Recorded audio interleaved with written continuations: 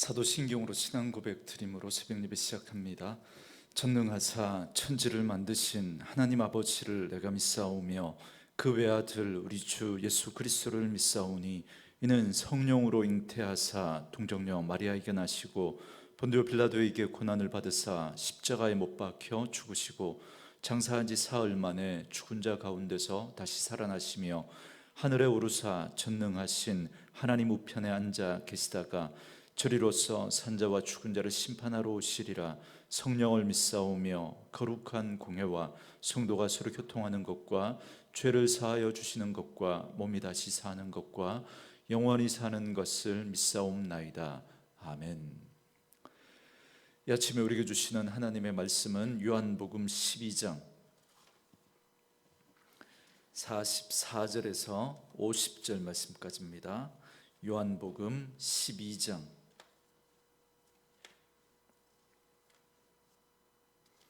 44절에서 50절 말씀까지, 우리 말씀 찾으셨으면 한 목소리로 같이 읽습니다. 예수께서 외쳐 이르시되 나를 믿는 자는 나를 믿는 것이 아니요 나를 보내신 이를 믿는 것이며 나를 보는 자는 나를 보내신 이를 보는 것이니라. 나는 빛으로 세상에 왔나니 무릇 나를 믿는 자로 어둠에 거하지 않게 하려 함이로다. 사람이 내 말을 듣고 지키지 아니할지라도 내가 그를 심판하지 아니하노라. 내가 온 것은 세상을 심판하려 함이 아니요 세상을 구원하려 함이로다. 나를 저버리고 내 말을 받지 아니하는 자를 심판할 리가 있으니 곧 내가 한 그 말이 마지막 날에 그를 심판하리라. 내가 내 자의로 말한 것이 아니요 나를 보낸 아버지께서 내가 말한 것과 이룰 것을 친히 명령하여 주셨으니 나는 그의 명령이 영생인 줄 아노라. 그러므로 내가 이르는 것은 내 아버지께서 내게 말씀하신 그대로니라 하시니라. 아멘. 오늘은 함께 읽으신 요한복음 12장 44절에서 50절 말씀을 중심으로 예수님이 곧 하나님이라는 제목의 말씀으로 잠시 은혜를 나누겠습니다. 예수님께서 공생의 기간에 사람들을 가르치신 모든 가르치심의 내용을 한마디로 말한다면 바로 오늘 본문에 말하는 것처럼 나를 믿으라라는 것입니다. 이것이 예수님이 공생의 기간 동안에 하신 모든 말씀을 함축적으로 요약한 말입니다. 나를 믿으라, 그러면 살리라 라는 겁니다. 그래서 오늘 본문은 예수님의 공생의 사역 동안에 전하신 메시지 전체의 요약이라고 할 수 있겠습니다. 44절과 45절 말씀에 예수께서 외쳐 이르시되 나를 믿는 자는 나를 믿는 것이 아니요 나를 보내신 이를 믿는 것이며 나를 보는 자는 나를 보내신 이를 보는 것이니라 그럽니다. 예수님은 큰 소리로 이 말씀을 외쳤습니다. 그만큼 이게 중요하기에 힘을 주어 크게 외치신 겁니다. 예수님은 크게 외쳐서 말씀하시기를 나를 믿는 자는 나를 보내신 하나님을 믿는 자이고 나를 보면 하나님을 보는 것이다 말씀하십니다. 이 말씀을 들은 대부분의 사람들이 누구냐면 유대인들입니다. 그들은 하나님을 믿는다고 자부했던 사람들이죠. 그래서 그들은 자신들은 아브라함의 자손이고 그들에게는 하나님이 주신 율법이 있기 때문에 다른 사람은 몰라도 자신들은 하나님을 믿는 사람들이고 자신들은 구원받은 하나님의 백성이라는 그 자부심이 그들에게 있었습니다. 그렇기 때문에 그들이 하나님을 믿는다고 하는 이 믿음에 대해서 한 번도 의심하지 않고 살아왔던 사람들입니다. 그런데 예수님의 말씀을 듣는 유대인들의 입장에서 이 말씀이 상당히 불편할 수밖에 없었습니다. 예수님은 놀라울 정도로 자신과 하나님을 동일시하십니다. 뿐만 아니라 자신을 믿는 것이 곧 하나님을 믿는 것이다 라고 말씀합니다. 그러니까 예수를 믿고 예수님을 받아들여야 하나님을 믿는 것이지 그렇지 않으면 하나님을 믿는 것이 아니라는 말입니다. 예수님은 이 사실을 분명히 말씀하십니다. 그래서 요한복음 1장 18절에서도 이미 예수님께서 이렇게 말씀하셨습니다. 본래 하나님을 본 사람이 없으되 아버지 품속에 있는 독생한 하신 하나님이 나타나셨느니라 라고 말씀하시면서 그가 바로 자신이라는 사실을 분명히 말씀하셨습니다. 이 말씀처럼 예수님은 하나님을 나타내 보여주셨습니다. 그래서 예수님을 제대로 본 사람이라면 그는 하나님 아버지를 본 것일 뿐만 아니라 예수님을 믿는 것이 결국은 하나님을 믿는 것이다 말씀하고 있습니다. 그럼 이 말을 뒤집으면 예수님을 믿지 않으면 하나님을 믿는 것이 아니라는 거죠. 그래서 유대인들은 이 말을 들었을 때 이 말이 불편할 정도가 아니라 그들에게는 엄청난 충격인 것입니다. 우리의 상상을 초월하는 그런 충격으로 그들은 받아들였을 겁니다. 그들은 조금도 의심 없이 자신은 아브라함의 자손이고 조상 때부터 대대로 하나님을 믿어온 하나님의 백성이라고 자부했던 유대인들은 이 예수님의 말씀을 쉽게 받아들일 수가 없었던 거죠. 여러분, 이걸 우리에게 적용하면 오늘 우리들도 마찬가지입니다. 우리는 예수님 이외에 다른 걸 근거해서 하나님을 믿으려고 해서는 안 됩니다. 우리의 열심으로, 내가 예배에 열심히 참석하기 때문에, 내가 교회에 열심히 다니기 때문에, 내게 직분이 있기 때문에, 내가 헌금을 많이 했기 때문에, 내가 선한 일을 많이 했기 때문에, 내가 교회에서 봉사를 많이 했기 때문에, 여러분, 그러한 것으로 우리의 믿음의 근거를 삼을 수 없습니다. 유일한 근거는 오직 하나밖에 없습니다. 내가 정말 예수님을 믿는가라고 하는 것입니다. 이 사실에 따라 내가 하나님을 믿는가 아니면 교회에 속한 참된 성도인가가 결정되는 것입니다. 그렇지 않다면 우리는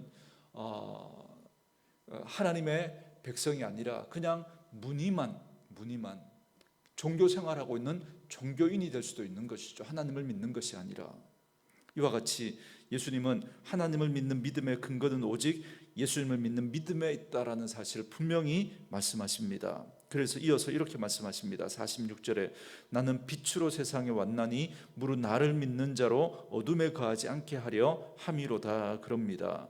예수님은 빛으로 세상에 오셨습니다. 그래서 예수님을 믿는 자들은 어둠에 거하지 않습니다. 그는 빛 가운데 행하는 자라고 말씀하고 있습니다. 그런데 빛 가운데 행한다라고 하는 이 말의 의미가 뭘까요? 여러분, 47절 말씀에 보면 사람이 내 말을 듣고 지키지 아니할지라도 내가 그를 심판하지 아니하노라. 내가 온 것은 세상을 심판하려 함이 아니요 세상을 구원하려 함이로다 그럽니다. 여러분, 여기서 빛은 다름이 아니라 진리를 말하는 겁니다. 진리. 그러니까 빛 가운데 행한다라고 하는 이 말은 진리 가운데 행한다라고 하는 말입니다. 다시 말하면 빛 가운데 행한다라고 하는 건 진리이신 예수님의 말씀을 듣고 그 말씀에 순종하는 그 삶을 말하는 겁니다. 그러므로 예수님을 믿는다는 건 예수님의 말씀을 듣고 그 말씀에 순종한다라는 겁니다. 여러분, 믿음을 결코 뜬구름 잡는 것처럼 여러분 그렇게 생각하시면 안 됩니다. 누누이 말씀드리죠. 믿음은 다른 것이 아닙니다. 하나님의 말씀 앞에 우리가 어떻게 반응하는가, 그것이 우리의 믿음이냐 아니냐를 결정합니다. 예수님을 믿는다는 건 말씀이신 진리이신 그분을 우리가 믿는다는 것이고, 그래서 그 말씀에 우리가 순종하고 그 말씀에 반응하며 살아가는 삶을 말하는 것입니다. 그렇기 때문에 말씀에 순종하지 않는 믿음은 없습니다. 예수님의 말씀 앞에서 믿음과 순종은 같은 말로 사용됩니다. 요한복음 3장 36절에 보면 아들을 믿는 자에게는 영생이 있고 아들에게 순종하지 아니하는 자는 영생을 보지 못한다 그럽니다. 여러분, 앞에 나오는 조건이 아들을 믿는 자이죠. 그래서 그 자에게 영생이 있다 그랬습니다. 그런데 뒤에 나오는 말에 보면 아들에게 순종하지 않는 자는 그럽니다. 그러니까 아들을 믿는 자와 아들을 순종하는 자는 같은 말인 거죠. 믿는데 순종하지 않는다는 건 여러분 있을 수가 없는 것이죠. 그런데 예수님은 말씀을 듣고 지키지 않아도, 그러니까 믿음이 없을지라도 지금 당장은 심판하지 않는다 그럽니다.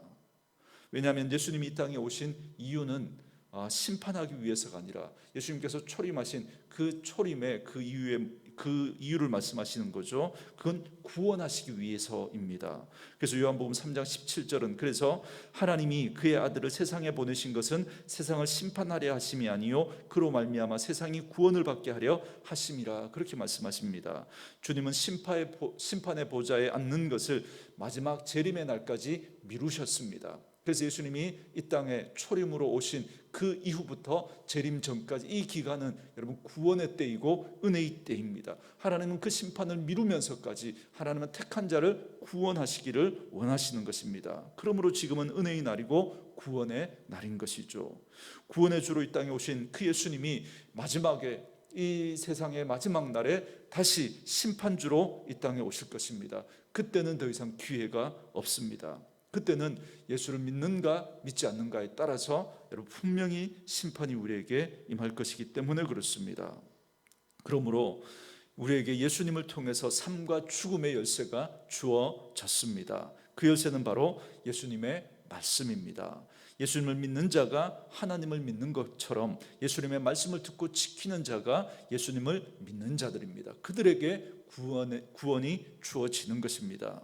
그런데 왜 예수님의 말씀을 듣고 지키는 것이 하나님을 믿는 것이고 구원을 얻는 길입니까? 왜냐하면 예수님의 말씀은 전부 하나님의 말씀이기 때문에 그렇습니다. 여러분 49절에 내가 내 자의로 말한 것이 아니요 나를 보내신 아버지께서 내게 말한 것과 이룰 것을 친히 명령하여 주셨으니 그럽니다. 그러니까 주님께서 세상에 오셔서 하신 그 모든 말씀 가운데 하나님의 말씀이 아닌 건 하나도 없다는 거죠.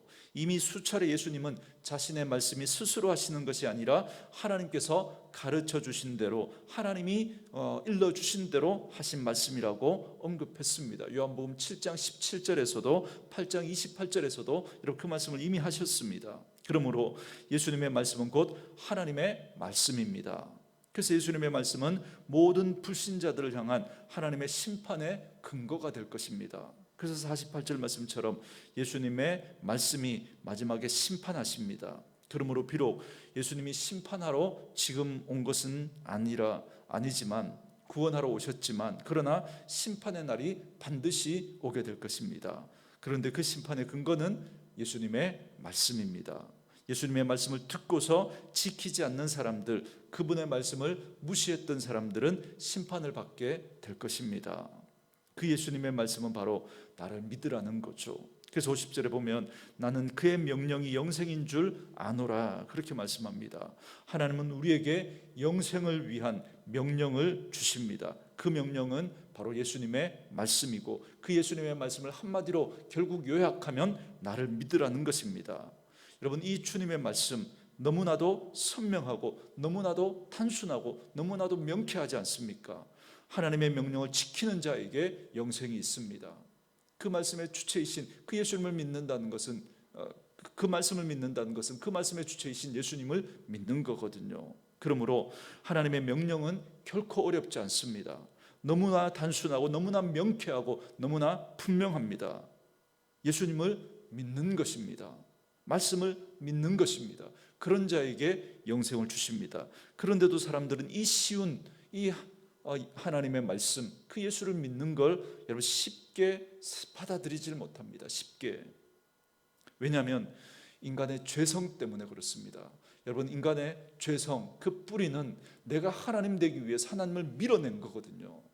그렇기 때문에 그 인간의 죄성이 여러분 이 너무나 단순하고 명확하고 선명한 이 예수를 믿는 것, 이 말씀을 믿는 걸 여러분 받아들이지 못하게 합니다. 그 죄성이 그 완고함이 결국 예수님을 밀어내고 하나님의 말씀 앞에 순종하지 못하게 하고 자꾸 내 생각과 내 경험과 세상의 방법들을 가지고 그걸 밀어내버리는 거죠. 그렇기 때문에 결국 하나님의 심판대 앞에 섰을 때 여러분 우리가 결국 그 말씀 앞에서 우리 심판의 근거가 되기 때문에 우리는 누구도 핑계하지 못할 것입니다. 그 말씀을 밀어냈던 것 때문에. 그러므로 오늘 우리가 예수님을 믿는 것이 하나님의 명령을 따르는 길이고 궁극적으로 예수님의 모든 말씀에 순종하는 것이라는 사실을 기억하면서 주님이 주신 영생의 참 소망을 품고 이 믿음의 길을 흔들리지 않고 걸어가는 저와 여러분 될 수 있기를 바랍니다. 마지막으로 오늘 본문의 말씀을 묵상하면서 이런 생각을 했습니다. 세상은 드러난 결과를 가지고 판단을 합니다. 그러나 우리에게 마지막 심판대 앞에 섰을 때 우리는 세상에서 드러난 모습을 따라 판단받지 않을 것입니다. 그러니까 세상의 성공과 실패가 그리스도 안에서 똑같은 결과로 나타나지 않을 것입니다. 그래서 제가 늘 말씀드리죠. 마지막에 우리 하나님 앞에 섰을 때 그리스도 앞에 섰을 때 엄청난 해프닝이 있게 될 거라고 저는 분명히 그런 일이 있게 될 것입니다. 세상은 드러난 결과로 판단을 하기 때문에 그렇습니다. 여러분 우리 그리스도인들의 삶의 결국은 삶의 마지막은 심판주로 오실 그 주님 앞에서 드러나게 될 것입니다. 그렇기 때문에 주님은 우리의 삶의 결국을 무엇으로 판단하시느냐면 세상의 성공과 실패가 아니라 주님의 말씀으로 심판하신다고 말씀하시잖아요. 그렇기 때문에 그 말씀 앞에서 우리가 어떻게 반응했는가, 그 말씀 앞에서 우리가 어떻게 순종했는가, 그것이 우리의 삶의 결국을 가르는 그 기준이 되기 때문에 여러분, 엄청난 해프닝이 그 앞에서 벌어지게 될 것입니다. 그러니까 우리가 주님의 말씀을 듣고 믿으며 살았는가 살지 않았는가, 그것이 기준이 됩니다. 내가 얼마나 큰 일을 했는가, 내가 얼마나 많은 결과들을 가지고 왔는가, 그게 아닙니다. 여러분, 열매는 나무가 맺는다고 말씀하셨죠. 그래서 가지가 할 일은 나무에 붙어 있는 겁니다. 예수님을 믿는 것입니다. 그런데 우리가 예수를 믿지 않고 그 나무에서 떨어져서 맺은 그 열매는 진짜 열매가 아닌 거예요. 그건 마지막 심판의 날에 그 불의 공력에 여러분 견뎌낼 수가 없습니다. 그건 다 의미가 없이 다 여러분 사라지게 될 것입니다. 그러니까 우리가 주님의 말씀을 듣고 믿으며 살았는가 살지 않았는가가 기준이 됩니다. 세상은 결코 주님의 말씀을 기준으로 삼지 않습니다. 그래서 세상의 성공과 실패 혹은 세상에서 말하는 옳고 그름은 하나님의 판단과는 전혀 같지 않을 겁니다. 그런데 오늘 우리들은 세상의 그 평판에 얼마나 마음 쓰며 살아가고 있습니까? 여러분은 정말 하나님의 말씀에 더 마음을 쓰며 살아가고 있습니까? 한번 점검해 보시기 바랍니다. 주님은 지금도 우리가 구원의 자리에 나오도록 말씀을 주십니다. 그리고 그 말씀을 믿고 살아가도록 성령님께서 지금도 우리를 도우십니다. 그래서 예수 믿는 우리 그리스도인들이 날마다 중요하게 생각하고 살필 것은 다른 것이 아니라 바로 주님의 말씀이고, 그 말씀 앞에서 우리는 어떤 자인지를 돌아보는 것입니다. 주님의 말씀과 우리가 관계가 있는가, 그걸 우리는 날마다 살펴야 합니다. 말씀을 통해서 구원의 길로 인도하시는 주님의 손을 놓지 않고 살아가야 하는 이유가 바로 여기에 있습니다. 그러므로 주님의 말씀으로 이 하루를 시작하는 저와 여러분이 참으로 복된 자인 줄 믿습니다. 저와 여러분의 평생의 삶이 주님의 말씀 앞에서 시작하는 삶이 되어줄 수 있기를 바라고, 그 말씀 앞에 바르게 반응하며 살아가는 복된 삶이 되어줄 수 있기를 주님의 이름으로 축원합니다. 오늘 주신 말씀 묵상하시면서 이 찬양 함께 들으시고 기도한 시간 갖겠습니다.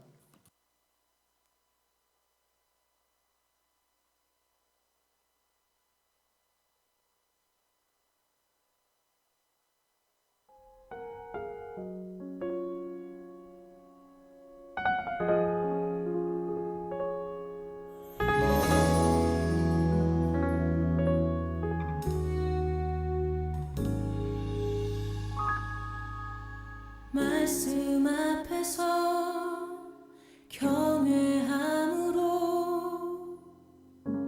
주께 홀로 섭니다. 생명의 말씀 읽고 순종해 주를 예배합니다. 기록된 말씀 힘이 있어서